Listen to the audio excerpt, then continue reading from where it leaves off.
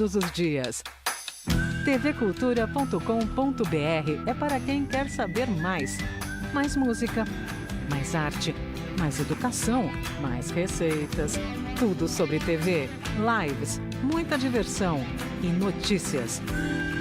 Informação que vale ser compartilhada. Quer saber? tvcultura.com.br. É mais que um site, é cultura.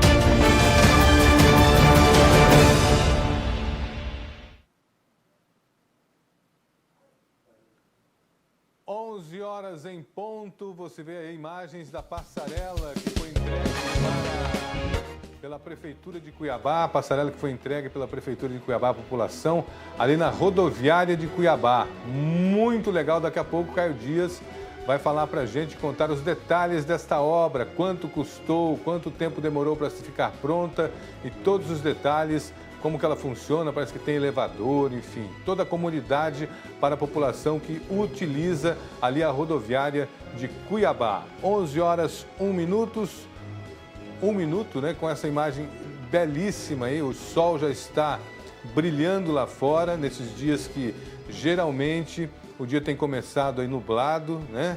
E no decorrer do dia, o sol aparece forte, o nosso querido e amigo sol de todos os dias aqui de Cuiabá. No programa de hoje, você vai acompanhar aí, Mato Grosso tem mais de 17 mil casos de coronavírus e 665 mortes. São mais de 17 mil casos e 665 mortes registradas. A Geisiane Lemes, daqui a pouquinho, já está comigo aqui no estúdio e já ela vai passar os números completos para você. Teremos também uma entrevista com a presidente do Conselho Regional de Medicina de Mato Grosso, a doutora Ildenete Monteiro Fortes, via remoto. Daqui a pouquinho está aí já ela. Muito obrigado, doutora Ildenete, pela sua participação aqui no nosso programa. Daqui a pouquinho a gente vai conversar aí sobre coronavírus.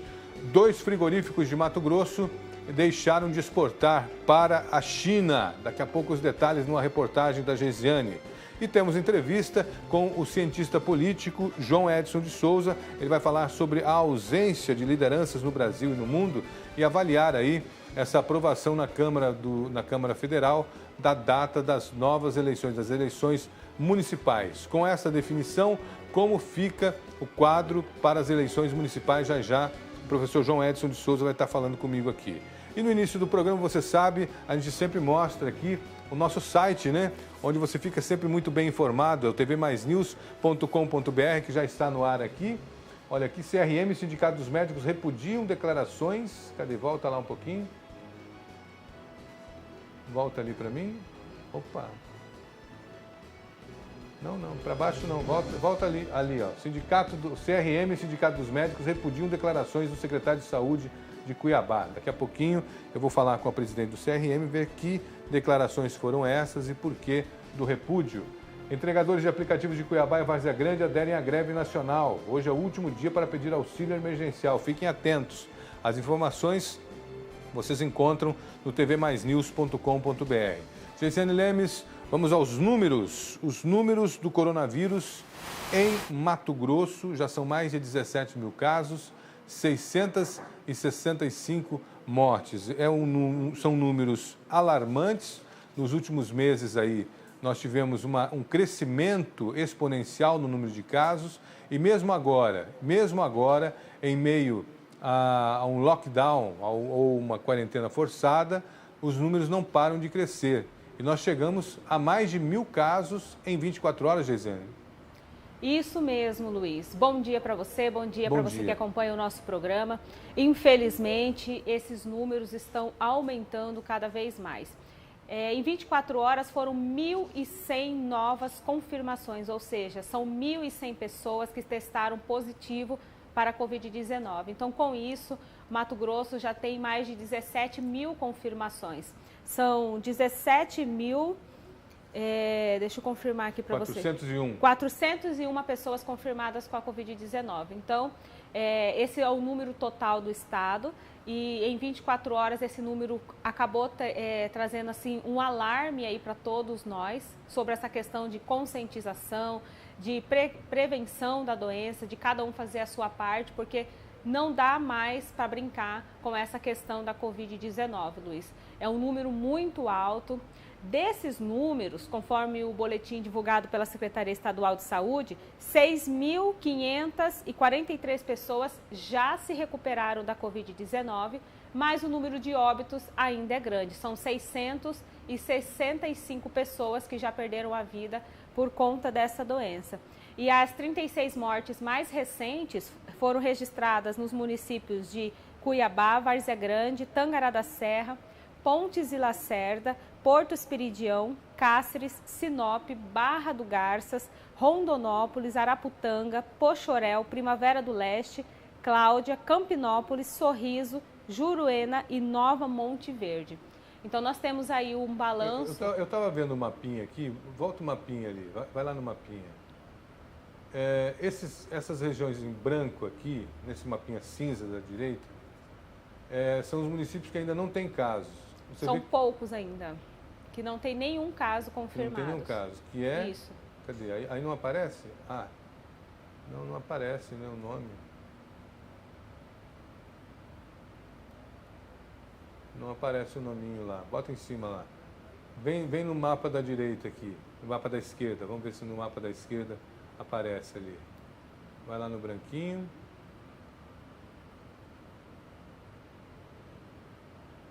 Não aparece o nome, né? Não aparece o nome. Não aparece o nome, Luiz, mas são, assim, praticamente os 141 municípios de Mato Grosso têm ao menos um caso confirmado de Covid-19. Eu estou contando aqui, só um minutinho, vai no mapinha lá, vamos só terminar esse papo do mapa, daí desce lá. Eu estou contando aqui 1, 2, 3, 4, 5 municípios, pedi para o Caio Dias, que está lá na redação, para ele fazer um levantamento para a gente, quais são esses 5 municípios que não possuem nenhum caso ainda, porque os demais, todos os demais estão com pelo menos um caso. Caio, então faz esse levantamento para a gente aí, direto da redação, tá bom? 11 horas e 7 minutos, para a gente passar essa informação aqui. Então, e dos 20 municípios que estão com os maiores números de casos, Mato Grosso, Cuiabá está em primeiro lugar, infelizmente, aí com o número de casos. Cuiabá tem 4.190 casos. Aí, em seguida vem Várzea Grande, Rondonópolis, Sorriso, Primavera do Leste, Tangará da Serra e Lucas do Rio Verde. São os municípios que estão aí com os maiores índices de casos confirmados da Covid-19. Eu queria saber quais são esses 5 municípios, sabe para quê? Para saber o que eles estão fazendo, né? Que tipo de atitude que eles estão tomando lá para não ter registrado nenhum caso de Covid até agora, né?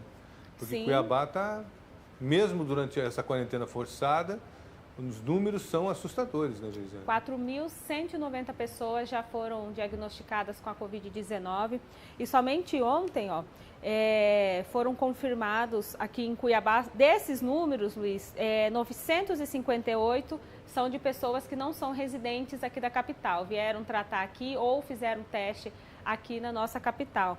Mas a rede hospitalar aqui de Cuiabá são 446 pacientes que estão confirmados, internados com a Covid-19. Somente na quarta-feira, Cuiabá teve um registro de 7 óbitos. Então, os números que nós estamos acompanhando todos os dias aí têm aumentado cada vez mais. E, além desses números, muitas coisas estão acontecendo aí fora, que está deixando as pessoas assim meio preocupadas. Por exemplo, tem uma farmácia de manipulação aqui da capital que foi alvo de investigação da Polícia Civil por estar vendendo a Ivermectina, aquele medicamento que até comentamos ontem aqui com a infectologista, muitas pessoas estão comprando, buscando na farmácia como prevenção da Covid-19. E essa farmácia, ela estava vendendo por mais de R$500 o valor desse medicamento. Como é que é o nome dessa farmácia? Não foi divulgado pela Polícia Civil o nome da farmácia de manipulação. Mas aí o que acontece? Por conta disso, Junto com o PROCON, a Polícia Civil ela está agora fiscalizando todos os estabelecimentos por esse superfaturamento. E essa denúncia partiu até próprio de uma cliente. Ela comprou o medicamento por cerca de R$ 59. Aí uma semana depois ela voltou no estabelecimento e já estava com esse valor. São mais de 800% de aumento. Eu tenho ojeriza de notícia policial por causa disso. Se é o Zezinho da esquina, pau no Zezinho. Aparece o nome dele, o nome da mãe, o nome do pai, o nome da tia, o nome da avó, da bisavó, da tataravó. Aí se é o doutor José, nossa, aí é um médico. Um médico ou um advogado ou um jornalista, quer dizer, se tem curso superior já não fala-se o nome. Nesse caso aí, a mesma coisa. Se fosse uma farmacinha lá da esquininha, lá uma farmácia pequenininha, tinham filmado, tinham tirado o cara algemado de dentro da farmácia. Bom, aí a farmácia, sabe-se lá. Vamos tentar encontrar o nome dessa farmácia, Caio Dias? Você que está aí na redação, cheio de missão hoje pro Caio, hein? Vê se acha o nome dessa farmácia para a gente ajudar eles, né? Dá uma mão para eles aí, tá bom? Vamos dar uma mão para o pessoal aí e falar, olha, o nome da farmácia é tal, porque é até chato a gente dar uma notícia pela metade, né? Sim, e também, Luiz, a gente vê aí diante de uma pandemia, diante de várias preocupações, de tantas coisas que estão acontecendo por conta da Covid-19, ainda pessoas tendo atitudes como essa, né? Luiz, agora eu quero falar sobre os números nacionais. O Brasil, infelizmente, ele já passou de 60 mil óbitos. E tem um VT para mostrar aí como que está a situação no Brasil todo. A gente pode rodar ele agora. Hoje, o número de casos confirmados da Covid-19 no país chegou a 1.450.000, segundo o consórcio de veículos da imprensa. 60.700 pessoas morreram por causa da doença. E em 24 horas foram quase 45 mil casos e 1.057 mortes. De acordo com o governo, o Brasil tem 1.400.000 casos e 60.600 mortes. Em um dia foram registrados 46.700 casos e 1.038 óbitos. No Pará, hoje, a capital Belém reabriu restaurantes e praças de alimentação. No Rio Grande do Norte, começou a primeira fase de reabertura do comércio em meio à lotação dos leitos públicos de UTI na capital, Natal. No Rio de Janeiro, hoje a cidade de Niterói reabriu shoppings e centros comerciais. A capital carioca seguirá o mesmo caminho amanhã e até o dia 10 deve liberar as praias. Em Pernambuco, a partir de segunda-feira, a capital Recife e outras regiões vão abrir escritórios com metade da capacidade e revendedoras de automóveis. Já no Amapá, o fechamento das atividades não essenciais foi prorrogado por mais 15 dias. Em Goiás, a capital Goiânia seguiu a determinação do governo estadual e fechou as atividades não essenciais por 2 semanas. Em Minas Gerais, cidades próximas a Belo Horizonte, como Contagem, recuaram na reabertura. O estado passou hoje de 1.000 mortos pela Covid-19 e 87% dos leitos de UTI da capital estão ocupados. No Paraná, o governo decretou uma quarentena mais rigorosa para 134 municípios, entre eles Curitiba. Apenas atividades essenciais poderão funcionar nos próximos 14 dias. Hoje, o governador de Santa Catarina, Carlos Moisés, anunciou que testou positivo para a Covid-19. Ele está em isolamento. Em São Paulo, estado com maior número de casos e vítimas da doença, teve blitz para conscientizar a população sobre o uso de máscara. A proteção no estado é obrigatória e, a partir de amanhã, quem for flagrado sem máscara pagará R$ 500. Estabelecimentos comerciais serão penalizados em R$ 5.000 por cliente desprotegido. Segundo o governo paulista, São Paulo está perto de atingir o platô na curva do coronavírus, que significa uma estabilidade na elevação de novos registros da doença. São Paulo está chegando próximo do platô, o platô que é a faixa superior e que terá uma certa horizontalidade e, na sequência, esperamos o decréscimo de pessoas infectadas e, principalmente, de pessoas vítimas do coronavírus. É o platô, né? Todo mundo está esperando esse platô. Mato Grosso do Sul, parece que no mês de junho teve uma morte no mês de junho. Então lá já estão na curva descendente. Eu já estou aqui com os números, as informações. Aqui, ó. Muito obrigado. Eu já estou aqui com as informações dos municípios que não possuem ainda nenhum caso de coronavírus. Araguainha, Planalto da Serra, Tesouro e Torixoréu são os 4 municípios mato-grossenses que ainda não possuem, graças a Deus, nenhum caso. Que continuem assim, porque nos demais municípios a situação está feia, né, Gisiane? Isso mesmo, e também vamos agora aguardar qual vai ser a decisão, né, aqui em Cuiabá e em Mato Grosso, porque já está quase acabando aí esse período de quarentena forçada. E vamos ver quais serão as próximas medidas que serão adotadas aí para a gente ver se diminui esse número de contaminação aqui. E continuamos pedindo para que você faça a sua parte com relação aos cuidados de contaminação à Covid-19. Por hoje é isso, Luiz. Muito obrigado pelas informações. 11h15, 11h15. Nós vamos para um rápido intervalo. Agradecer o Maurício, que hoje está fazendo um corre danado para mostrar imagens da cidade. Nós estamos sem as imagens da CEMOB. E você vê aí imagens da Avenida República do Líbano, a avenida que dá acesso ali à rodoviária, acesso à Chapada dos Guimarães. E nesse momento tem um movimento calmo, movimento até considerado calmo. 11h16. Agora nós vamos para um rápido intervalo e voltamos em instantes. Até já!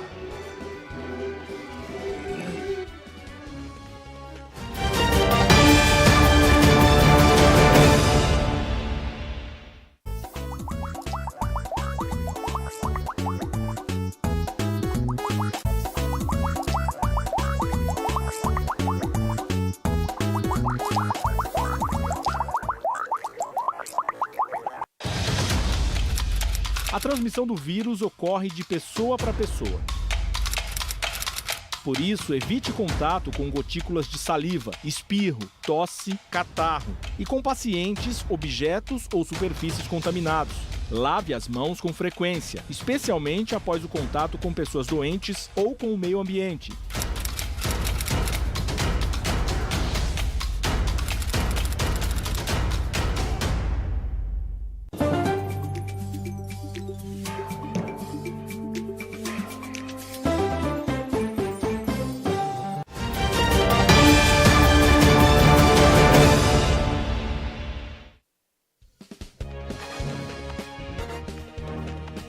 Com imagens da Avenida República do Líbano, ali na saída para a Chapada dos Guimarães.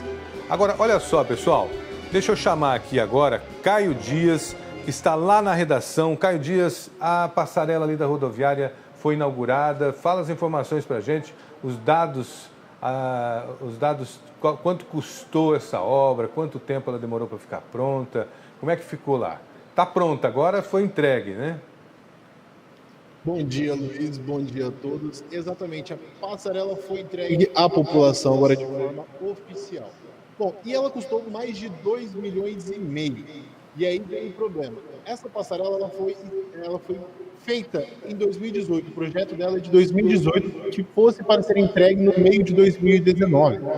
Mas com problemas de fundação, segundo o secretário falou, alguns outros problemas, ela acabou sendo passada para 2020, que foi entregue agora, no final de junho, agora virada para o mês de julho, Luiz. E ela tem elevador nas duas pontas para facilitar o acesso da população cadeirante e também aquelas pessoas que têm problema de locomoção. E a gente pede para que as pessoas cuidem da passarela. Se vê alguém querendo quebrar, querendo roubar, briga com a pessoa. Se não for necessário, aí você chama as autoridades que são responsáveis por cuidar do patrimônio da nossa cidade. E Luiz, tem uma outra informação, é que a campanha de vacinação contra a gripe ela foi estendida para toda a população de Cuiabá. O que significa? Aqui em Cuiabá, os grupos prioritários da campanha de vacinação já atingiram a meta. Então, o que a Prefeitura de Cuiabá, juntamente com a Secretaria, eles decidiram fazer? Decidiram ampliar e estender para todo mundo agora a vacinação nos 93 postos. E essa vacinação vai até o dia 24 agora de julho. Ou enquanto durarem os estoques, segundo que nos foi passado pela Secretaria de Saúde aqui de Cuiabá. A primeira vacina. Quem chegar depois pode perder a oportunidade. Exatamente. Corre para os 93 postos de vacinação aqui de Cuiabá, os postos de saúde, e quem conseguir chegar o quanto antes será vacinado primeiro. Obrigado, Caio, pelas informações. Conseguiu o nome da farmácia? Eu ainda tô em dúvida entre duas aqui. Eu tô dando uma observada pelo Google aqui, mas assim que eu tiver o nome eu já passo para você. Não, nós temos que checar lá na Secretaria de Segurança Pública. Temos que checar na Secretaria de Segurança Pública, porque essa informação deve constar no boletim, né? Deve constar no boletim de ocorrências. Porque se não constar no boletim de ocorrências, fica muito complicado. Por que não está lá? Por que não está lá no boletim de ocorrência? É essa a informação que a gente precisa levantar. Porque essa história de que um homem, uma pessoa, uma empresa, se estava praticando esse tipo de sacanagem com o consumidor, tem que ter o nome divulgado, até para que todos fiquem atentos e que a próxima vez que forem lá, não estou falando para não ir mais, mas a próxima vez que forem até essa farmácia, a pessoa já vai ligada, já fica prestando atenção no valor dos negócios que vai pedir lá, senão compra alguma coisa caríssima e acha que é aquilo ali mesmo, e às vezes é sobrepreço, às vezes é complicado. Eu vou conversar agora com a presidente do CRM, que é o Conselho Regional de Medicina, a doutora Ildenete Monteiro Fortes. Doutora Ildenete, muito bom dia, obrigado pela sua presença aqui no nosso estúdio, mesmo que por vídeo, né? Agora nós estamos com esse formato, respeitando aí a quarentena obrigatória. Doutora, para a gente começar, sobre essa nota de repúdio que vocês fizeram em relação a declarações do secretário de Saúde. Que declarações foram essas e que nota foi essa? Explique para a gente esse caso. Bom dia. Bom dia, Luiz. Bom dia a todos. Na realidade, nós não fizemos uma nota de repúdio ao secretário. Nós fizemos ontem uma live, né, em relação a isso. Ele voltou a atacar injustamente os profissionais médicos e os outros profissionais da área de saúde, como os enfermeiros, fisioterapeutas, os técnicos de enfermagem, né? Na realidade, ele chamou os médicos de covardes.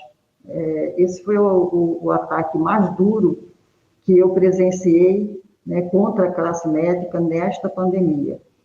Se ele se refere que os médicos que estão afastados por atestados médicos, por comorbidade, por idade, né, da frente de atendimento a esses pacientes, no caso, principalmente da questão dos atestados médicos, se ele vê que há alguma irregularidade nesses atestados, ele, como secretário, ele não pode prevaricar, ele tem que tomar as providências para esclarecimento desses atestados, né? Então, nós, da classe médica, ficamos extremamente indignados com esse ataque injusto, né? Porque, na realidade, os profissionais da área de saúde, eles estão na linha de frente, estão incansavelmente trabalhando para salvar vidas.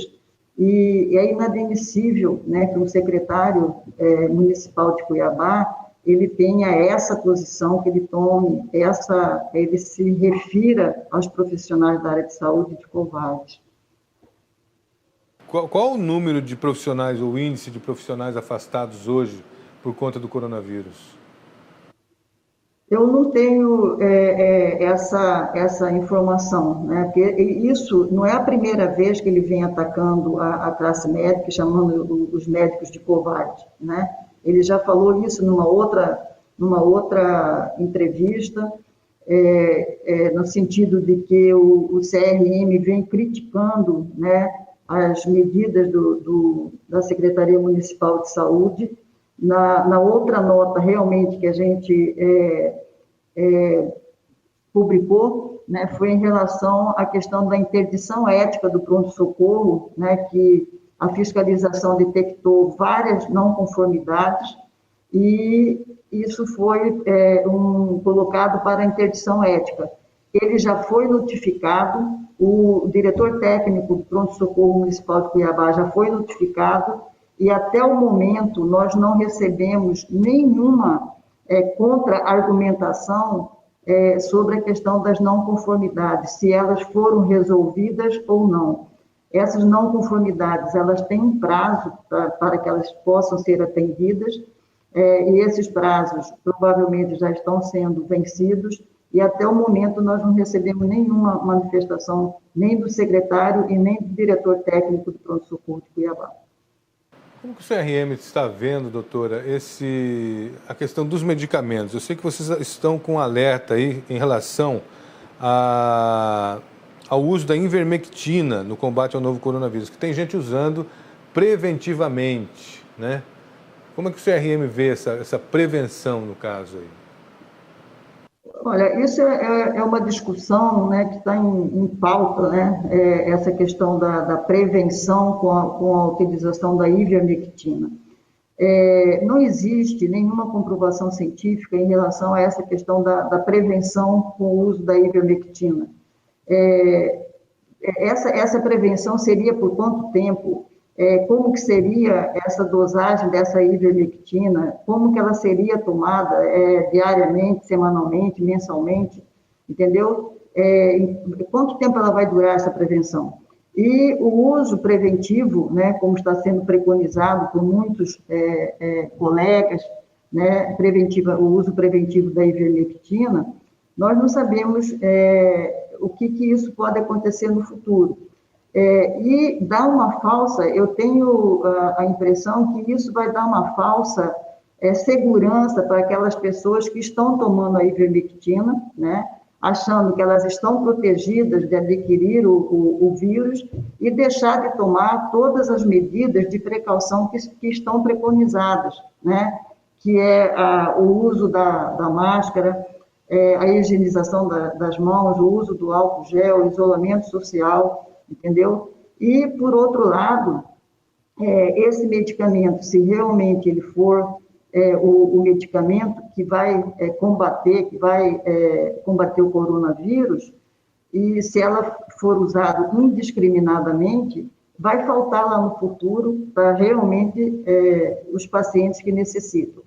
O que o Conselho, né, tem orientado é no sentido do tratamento precoce, tanto com a hidroxicloroquina quanto com a ivermectina, agora dando autonomia para os médicos, né, fazerem a prescrição de acordo com o protocolo que ele entenda que seja melhor para aquele paciente.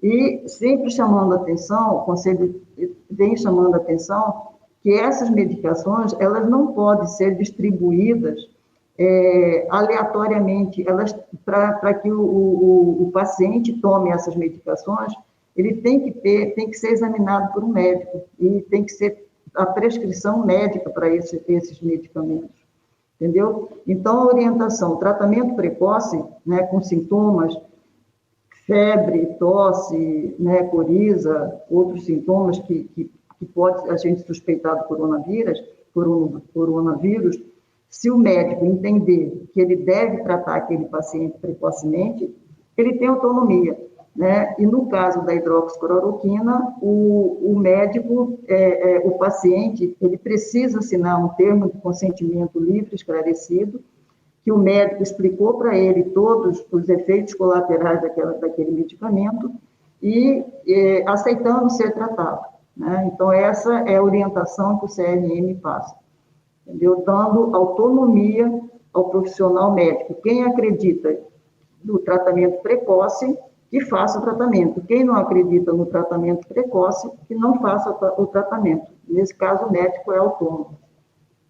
Juarez Fiel tem uma pergunta para fazer para a senhora. Pois não, Juarez? Bom, doutora Ildenete, primeiro a nossa solidariedade com relação ao ataque aos médicos. Então, total solidariedade. O nosso condutor aqui, o Luiz Fernando, ele acaba de colocar uma situação aqui com relação à farmácia que manipula o medicamento e sai de 25 para 500 reais. Só que precisa se dar o nome. E a mesma coisa acontece com o Conselho Regional de Medicina, a classe médica extremamente importante e exatamente no momento de guerra. Mas nesse momento de guerra, doutora, como que fica? Há um kit Covid em Cuiabá, como que o CRM encara? E parece-me que a senhora até já deu uma resposta dizendo que se houver prescrição médica, tudo bem. Como é que fica, em que momento que eu vou para o kit Covid e em que momento que eu fico em casa sem nenhuma atitude? Olha, inicialmente, o Ministério da Saúde colocava que o paciente que as pessoas que tivessem sintomas leves do coronavírus deveriam ficar em casa. Recentemente, ele orienta o contrário, né? Que as pessoas que têm sintomas leves do coronavírus, que febre, tosse, dor de garganta, anosmia, falta de paladar, falta de olfato, que eles procurem os pronto atendimento ou as unidades básicas de saúde, e nesse caso ele vai ser examinado por um médico, tá? E esse médico vai ver se esses sintomas realmente é do coronavírus ou pode ser uma outra virose, um H1N1, uma gripe, né? E aí, se o médico achar que há indicação daquele kit COVID, o médico vai prescrever o kit COVID. É isso que eu estou chamando a atenção. Esse kit, ele não pode ser entregue como as pessoas estão sugerindo, que abra um local e que todo mundo vai lá e receba esse kit COVID. Isso é impraticável. Para se ter esse kit COVID, o paciente tem que passar pelo exame médico. O meu não, né? O médico que tem que prescrever. Agora, o CRM, entende? O CRM, ele tem algum telefone, um número para contato, um canal de comunicação com o cidadão que queira fazer alguma pergunta, alguma denúncia, doutora? Nós temos um grupo, né, do CRM, isso está sendo colocado no nosso site, a gente divulga, que são alguns conselheiros que respondem, né, aos questionamentos que são feitos.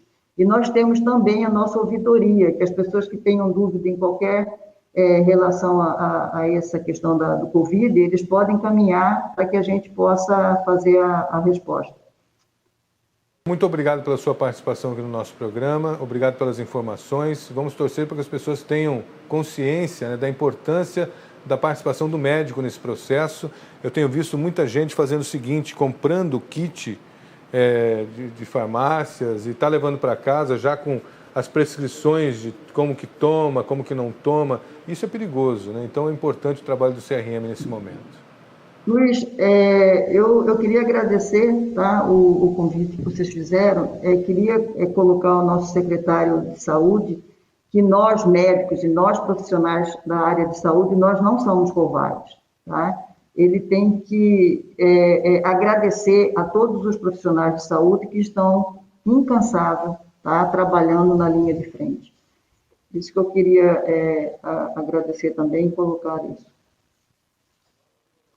Parabenizar vocês, tá? Bater palmas aí pelos trabalhos realizados, que a gente sabe que não é fácil. Eu tenho um amigo meu médico que não tem ido na casa dele, ele tem optado por, quando sair do plantão, ele fica num hotel, porque ele não quer, ou num outro local, ele não quer ter contato com a família para não ter o risco de uma contaminação. A gente sabe o número de médicos que estão se contaminando com o coronavírus. Enfim, é um trabalho hercúleo, né, doutora, que tem que ser reconhecido e não desvalorizado. A senhora tem toda a razão. Sim. Muito obrigado, sucesso. Obrigada. Conversei com a presidente do CRM, a doutora Ildenete Monteiro Fortes. Olha, nós vamos para um rápido intervalo, agora são 11h33, 11h33. Daqui a pouquinho a gente volta com mais informações. Temos imagens do tempo. É o tempo agora, então. Uma massa de ar seco vai predominar sobre o centro-oeste do país nesta quinta-feira. Tem risco de geada no extremo sul de Mato Grosso do Sul. Não chove e o sol predomina na região. O sol aparece entre muitas nuvens apenas em parte do oeste de Mato Grosso. No sudoeste e nordeste de Mato Grosso, oeste de Mato Grosso do Sul, no centro-norte de Goiás e no Distrito Federal, a umidade relativa do ar vai chegar em níveis entre 21% e 30% nas horas mais quentes do dia. A mínima prevista em Campo Grande é de 10, máxima de 18 graus, mínima de 15, máxima de 29 graus em Goiânia.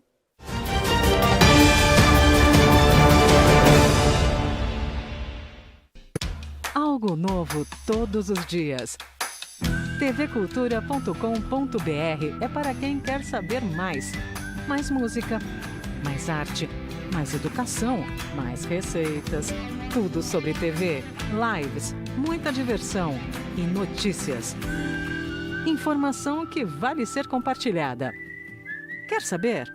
tvcultura.com.br. É mais que um site, é cultura. Sabe aquele gelo no estômago que dá toda vez quando você tá lá no alto da montanha russa, prestes a descer? A escola nova também me dá isso. O negócio é passar despercebida no primeiro dia de aula. Essa é a Luli, a mais nova aluna do colégio. Diário de Luli. O sinal já vai bater. Fica tranquila que a gente está preparado.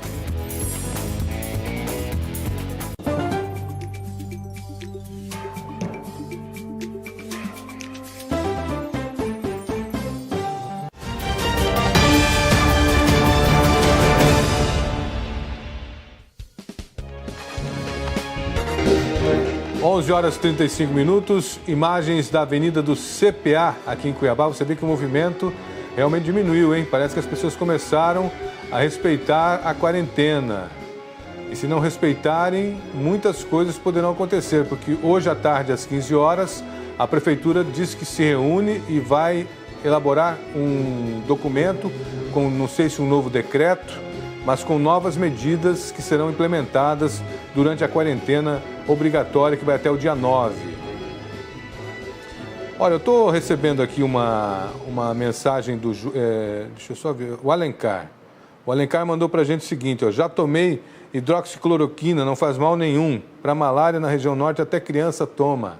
Olha lá, não concordo com a posição do CRM. Tem que dar mais esclarecimento sobre hidroxicloroquina e parar de mimimi esse conselho. Esse é o meu ponto de vista. Ô, Alencar, obrigado pelo seu ponto de vista, pela sua participação, você que mandou aí a sua opinião. Então, novas medidas de enfrentamento ao Covid-19 serão anunciadas nesta quinta, às 15 horas. Portanto, hoje, às 15 horas, o prefeito se reúne, está aí, ó, está no nosso WhatsApp também. Acompanha ao vivo nas redes sociais, ali, ó, Emanuel Pinheiro MT, e Emanuel Pinheiro MT no Instagram ou no Facebook. São as novas medidas de enfrentamento ao coronavírus. O que vem por aí? É isso que a gente tem que saber, né? Porque muita gente não está respeitando a quarentena obrigatória. Será que nós vamos partir para um lockdown? Será que partiremos para um lockdown? Não sabemos. 99615-4094 é o nosso WhatsApp, você sabe, 99615-4094 é o WhatsApp para você mandar foto, mandar a sua opinião, que sempre será respeitada, mandar vídeo. Só não pode xingar, né? Só não pode ser mal educado, senão a gente não vai ler no ar, tá bom? Mas eu sei que todo mundo que assiste o programa está super em sintonia com esse bom jornalismo, esse jornalismo bacana que a gente tem feito por aqui, e isso é muito legal. 2 frigoríficos de Mato Grosso pararam de exportar para a China por causa da Covid-19. A repórter Geisiane Lemes vai trazer as informações para a gente a partir de agora. Roda para mim. 2 frigoríficos de Mato Grosso pararam de exportar para a China por causa de casos de Covid-19. As unidades de Rondonópolis e Várzea Grande registraram muitos casos confirmados de coronavírus entre os seus trabalhadores. Isso pode ser o principal motivo, embora o Ministério da Agricultura e Pecuária, o MAPA, não tenha informado os motivos para a suspensão. Mas, de acordo com o próprio Ministério, as autoridades chinesas estão monitorando há algumas semanas as empresas que enviam alimentos ao país asiático para saber quais as condutas de enfrentamento à pandemia estão sendo adotadas. A China é um importante mercado consumidor da carne de Mato Grosso. Cerca de 60% da carne exportada pelo estado vai para o mercado asiático. Juntas, os frigoríficos de Rondonópolis e Várzea Grande somam mais de 4.000 trabalhadores. Obrigado, Geisiane Lemes, pelas informações. E olha só, nós tentamos os contatos aí com a Secretaria de Segurança Pública, com a Polícia Judiciária Civil e com o PROCON para saber o nome da empresa, da farmácia que estava vendendo o produto de R$ 25 a R$ 500, mas disseram no PROCON a informação, só confirma para mim se a informação veio do PROCON ou da Polícia Judiciária Civil, mas a informação é de que não houve uma autuação para a empresa, porque ela justificou o aumento nos insumos para a produção do medicamento e, por conta do aumento dos insumos, ela teve que aumentar o valor cobrado. Mas de 25 para 500, que insumo é esse? Usava pó de arroz e começou a usar pó de ouro, né? Só se for. Professor João Edson de Souza, cientista político, hoje aqui à distância, professor, que é bom e é ruim, né? Tecnologia, mas é bom aqui. Eu gosto de entrevista cara a cara, que é mais quente o negócio. Tudo bem? Bom dia. Bom dia, Luiz Fernando. Bom dia, Juarez. Bom dia, seu telespectador. Realmente, né, nós estamos entrando numa nova era. A gente que vem da era mais do contato, da aproximação física, né? E me parece até que esse é o modelo que veio para ficar, viu? Vai daqui para frente, ele vai dinamizar, vai dar mais mobilidade, vai possibilitar maior comunicação, mas a nossa geração vai sofrer muito, Luiz Fernando. E facilita pelo seguinte, a gente está aqui, mas às vezes a pessoa não consegue sair no horário para participar de uma entrevista, mas ela consegue ficar no escritório e participar dessa entrevista, né? Então, talvez, de fato, esse vai ser o caminho. É o que está acontecendo agora. Professor, a Câmara aprovou aí a data das eleições municipais. Quer dizer, agora tem volta ainda ou não tem volta? Porque foi aprovado em primeira votação, né? Isso tem como reverter ou, de fato, podemos já nos conformar que dia 15 de novembro estaremos indo às urnas para escolher os nossos governantes municipais? Olha, o único fator que pode interferir nisso é o Covid. Deve ser dia 15, foi aprovado, vai ser forçado para ser no dia 15, mas a gente sabe aí, se não tiver controle da pandemia, ela pode ter uma suspensão emergencial, né? Mas Deus queira que tenha esse controle e que a gente possa chegar lá sem nenhum caso, até fazer a campanha normal. Mas dificilmente, aí, pelo histórico, não dá para sonhar. Ela não vai ser uma campanha normal. Ela vai obedecer principalmente às regras sanitárias. E aí é muito importante, quem quer ser candidato, quem pretende ser candidato, está observando o que mudou agora. Porque nessa questão da mudança, nós temos dois tipos de implicância. Tem aquelas datas que são específicas, estabelecidas pela lei. E tem as datas que é estabelecida pela lei, mas ela vigora a partir do dia da eleição. Como mudou o dia da eleição, algumas atitudes que poderiam não ser tomadas mais, por exemplo, não é o caso aqui nem meu nem seu, mas se nós fôssemos candidatos, ontem a gente já não poderia mais estar apresentando programa, né? No caso, já passou do dia 1º de julho para o dia 11 de agosto. Por quê? Porque ela especifica que é contado a partir do dia da eleição e não de uma data específica. Então, vai ter muita confusão, Luiz Fernando, porque a partir disso, as pessoas não lêem a legislação. O que vai acontecer? Muitos candidatos, eles vão seguir, mudou para frente, posso fazer qualquer coisa. Não é bem assim. É tanto que eu estou aconselhando quem quer ser candidato, quem está aí nos partidos políticos, procure o jurídico do seu partido e explique a sua situação, porque cada situação será uma nova situação. O jurídico trabalhar, né? Juarez Fiel tem uma pergunta para o senhor. Pois não, Juarez. Bom, professor João Edson, nesse momento as eleições já mudaram de data, é 15 de novembro e 29 de novembro, segundo turno, onde houver, né? Como se comportar o candidato, porque agora já estamos num novo momento. Para onde corre o candidato? Para a rede social ou para o marqueteiro, que aí vai encontrar pela frente um grande profissional que é João Edson? Como que faz? Qual é o caminho agora? Olha, mais do que nunca, Juarez, primeiro prazer falar com você. Mais do que nunca, a pessoa precisa profissionalizar. Porque o que ocorre? O contato físico, a proximidade, a pessoa pode recair em duas situações. Uma da legislação, que é dura, mas a outra é ética, moral. Já pensou, você vai fazer a reunião na casa de uma pessoa, forma uma grande aglomeração, ocorre a infelicidade de alguém se contaminar, de repente até virar óbito, ficar muito ruim, e essa imagem, alguém ficou com raiva ali, vai esparramar essa imagem desse candidato. Fulano veio aqui, reuniu a gente, olha o que aconteceu. Então existe um fator moral, um fator sanitário, além dos fatores jurídicos que podem implicar nisso. Então, assim, tem que ter muito cuidado. Vai ter que ir para uma linguagem diferente. A linguagem corpo a corpo, olho no olho, elas propicia que você fala, não é isso que eu quero dizer, é aquilo, não, você está entendendo mal. A linguagem eletrônica não tem isso. Palavra dita não se volta atrás. O cara vai pegar o vídeo lá, ficou 10 segundos, algum gravou e acabou, né? Então, a utilização de muitas redes sociais vai ter um fator muito interessante, Luiz Fernando e Juarez. O programa eleitoral gratuito de rádio e televisão ganhou um preço enorme agora. Lembra que ele estava caindo em descaso, as pessoas... Era comum, nas eleições municipais, ter candidato a vereador e falar, nem vou gravar isso, deixa para lá. É o único espaço que tem agora. Na eleição passada, por exemplo, teve candidato a deputado estadual que não quis nem utilizar. Eu vou falar 30 segundos, vou falar 20 segundos. Agora, cada segundo será importante. Agora, o que é importante nisso tudo? O exercício de conquistar o voto, o exercício de falar com as pessoas, o exercício de fazer uma comunicação limpa, direta, sem problema. Porque você corre o risco, e olha que perigo, quanto mais seguidores você tiver, maior o perigo do erro. Você cometeu um erro que vai para a rede social, não tem perdão. A gente está acostumado a ver aí imagens por 10 segundos, 20 segundos, derreter e nunca mais ter conserto. Então, profissionalização. Precisam de profissionais em todas as áreas. Advogados, contábeis, mas profissional na área de comunicação, para fazer uma comunicação limpa, direta, sem ruído e sem te trazer problemas. Bom, a internet ela já tem a sua própria lei, né? A sua própria regulamentação em relação a spam, em relação a uma série de situações.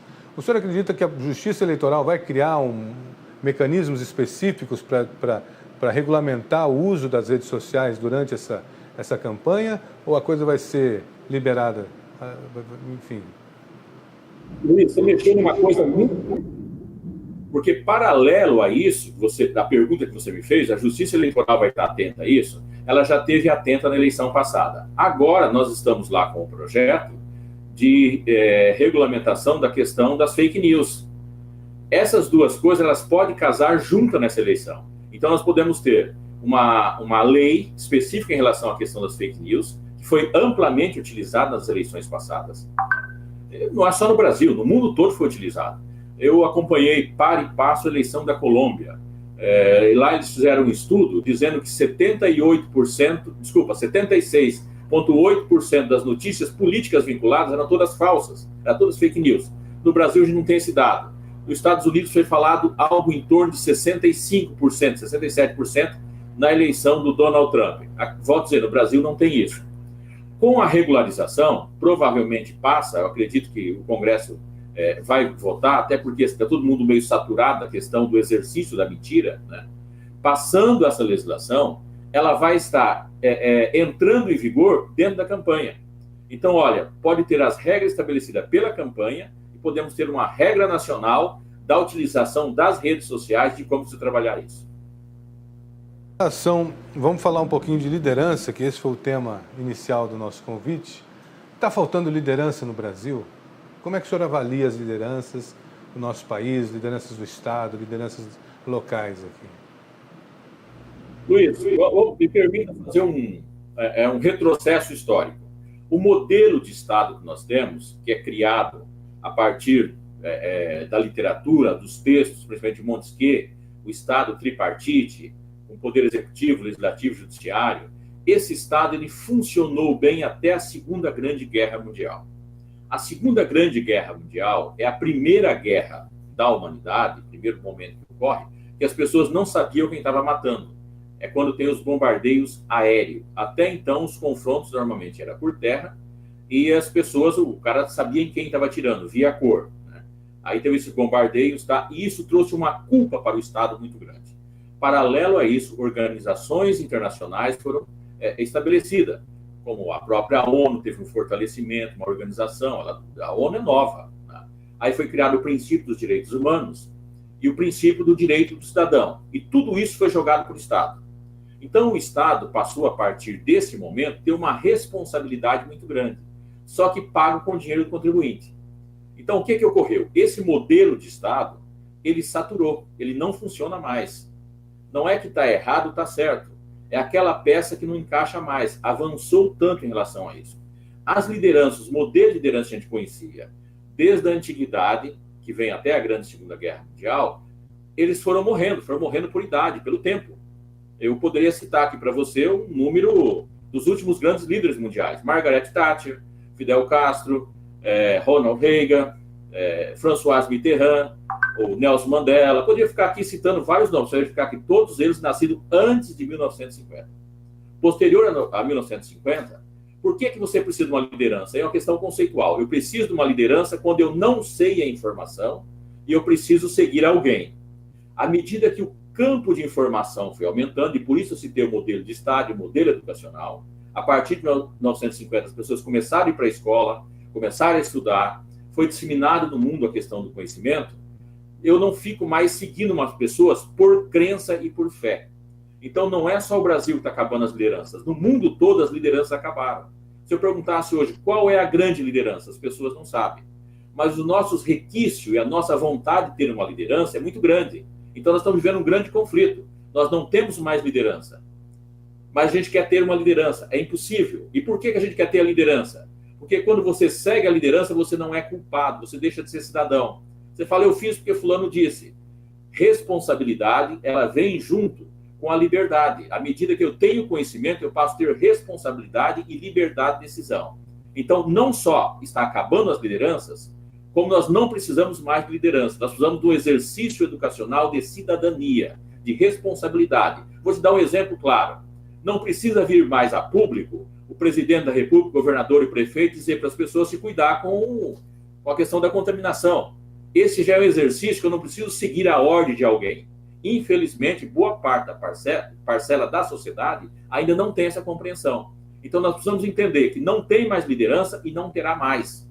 Os líderes messiânicos já se foram ou estão numa idade tão avançada que não tem mais como segui-los, porque nem eles mais têm entendimento da realidade.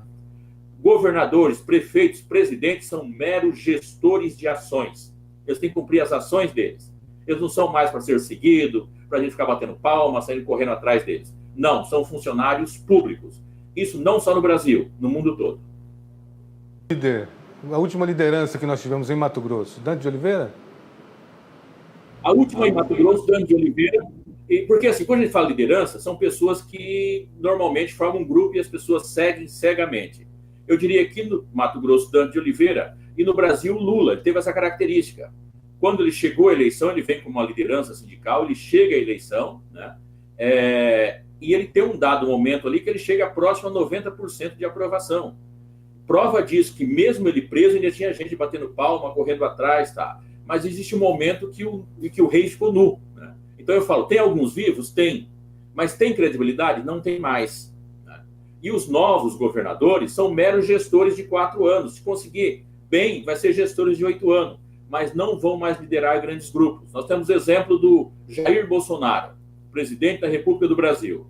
Qual que é o partido dele? Nesse momento está sem partido. Ou seja, ele está necessariamente sem grupo. É uma pessoa que foi eleita para gestar o país e ele não representa. Ele tentando que ele, para governar lá, aproxima do centrão, aproxima de outro, que são os últimos grupos que sobraram, que a sociedade tem raiva. A sociedade não quer ouvir mais isso. A sociedade quer ouvir funcionalidade e cumprir para qual obrigação se estabeleceu. Então, esses grandes grupos, com uma liderança que conduz, mesmo estando errado, as pessoas vão atrás, bate palma, à medida que o seu conhecimento avança e a sua ética avança, você só vai atrás daquilo que você acha correto, e não mais atrás da cabeça das outras pessoas. Por isso, as lideranças estão acabando. Professor, nós estamos no meio de uma pandemia, que praticamente erramos o começo e não sabemos onde está o fim. Nesse processo todo, vem uma eleição. Uma eleição que... Qual que é o meu discurso? O que eu vou falar para a sociedade no momento em que governadores passaram a comandar, quando o governador acha que manda é o prefeito que está mandando, e quando o prefeito manda, vem a justiça e desmanda. Quer dizer, nesse jogo embolado, a única coisa que escapa um pouquinho é a economia, que dá sinais de retomada com tudo isso. Aonde que o candidato vai se posicionar se ele pedir o apoio do prefeito, do governador ou do presidente da República? Como que ele consegue conquistar esse eleitor que está lá também apavorado, sabendo se ele vai poder votar ou não? Como é que fica isso tudo? Olha, bela pergunta. Eu vou tentar te dar um preâmbulo de um resumo, tá? Para a gente avançar nela. É o seguinte, o antídoto de toda doença, né, ou a cura de toda doença, é o antídoto da própria reação da doença. Nós vivemos, como você disse bem, a era da confusão e da mentira. É a era da fake news. O veneno para fake news é a verdade. Então, assim, candidato tem que estar extremamente preparado, que ele não pode lidar com a realidade muito longe daquilo que o cidadão que vai votar conhece, que é a realidade real, a realidade financeira, econômica. Não adianta ficar vendendo mais fantasia. Terá que ter amplo conhecimento do cargo a qual ele está pleiteando. E, através desse conhecimento, ele estabeleceu uma linha de convencimento. Tá? E um convencimento dentro da verdade. Não adianta mais vender fantasia. Nós que já estamos aí a alguns quilômetros na política, a gente sabe disso. Quantas vezes a pessoa falava as coisas que nem sabia por que estava falando. Se a gente pegar hoje o último programa eleitoral de 2018, que está aí, foi antes de ontem, né, em termos de ano, nós vamos verificar que, principalmente entre os candidatos a deputados federais, estaduais, tem muitos deles fazendo promessas que é de gestor, de presidente da República, e tinha aqui um caso, não vou expor a pessoa, até porque está eleita, né, que falava coisas que um país não pode resolver. Nem o presidente da República poderia resolver. Teria que ser uma coalizão mundial, através de uma decisão da ONU, tá, para resolver isso. E quem não entendia do outro lado, o eleitor aceitava isso e engolia, tanto que votaram e foi eleito. Nessa eleição, vai dar para falar de saúde? Gente, saúde foi discutida agora de forma ampla. Não dá para mentir sobre saúde. Educação dá para mentir? Não dá também. Está numa situação muito difícil. Então, você vai ter que descobrir exatamente o cargo que eu quero, o conhecimento que eu estabeleço e vou ter que avançar com a verdade. Que eu acho muito bom, viu Juarez, Luiz Fernando? Não acho ruim, não. Eu sempre sonhei com esse momento da política ter que ser verdadeira. Eu acho que nunca mais ela vai ser a mesma depois desse impacto, infelizmente, por essa pandemia que nós passamos. Professor João Edson, eu ficaria muito mais tempo aqui, né? Porque o papo vai fluindo, mas o nosso tempo acabou.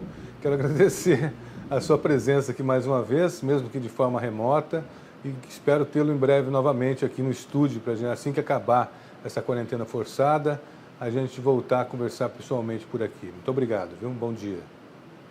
Eu que agradeço, um abraço virtual para todos os telespectadores, um bom dia, estou sempre à disposição.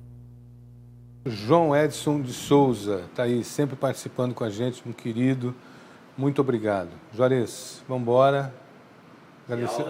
Agradecer a tua presença, a tua participação. Hoje nós íamos falar justamente disso, né? A gente combinou de falar dessa decisão da Câmara, né? Que não tem volta, né? Luiz, cabe aí o crescimento da indústria, só para encerrar, tipo assim, vamos dar uma notícia boa? Correndo. Olha aqui, ó, em maio, a indústria cresceu 7% em toda essa pandemia e estamos encerrando aqui com a boa notícia que a indústria volta a crescer e tomara que essa pandemia faça o contrário, vá acabando logo. Já que o Juarez deu a boa notícia do dia, eu vou encerrar o programa de hoje com Majestade do Sabiá, do Edro Rodrigues, aqui de Cuiabá. Música bacana para você, às 11h57.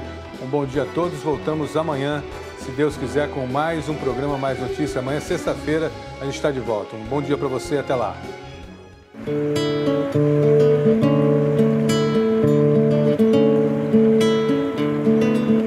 Meus pensamentos tomam forma, eu viajo, vou pra onde Deus quiser. Um videotape que dentro de mim retrata todo meu inconsciente de maneira natural. Ai, ai, ai, ai, tô indo agora pra um lugar todinho meu. Quero uma rede preguiçosa pra deitar.